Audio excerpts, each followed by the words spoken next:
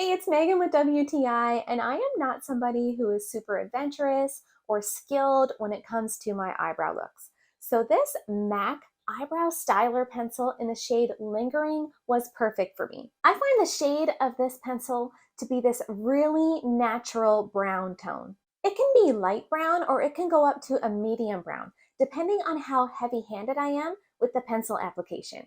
And like I said, I'm not really one for a really dramatic eyebrow look.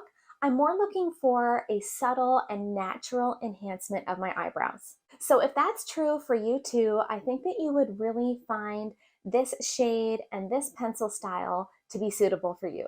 It's really unintimidating to use. I just simply fill in my brows a little bit, any patchy areas, and then I use the brush end to blend out the color and to tame my brows a little bit.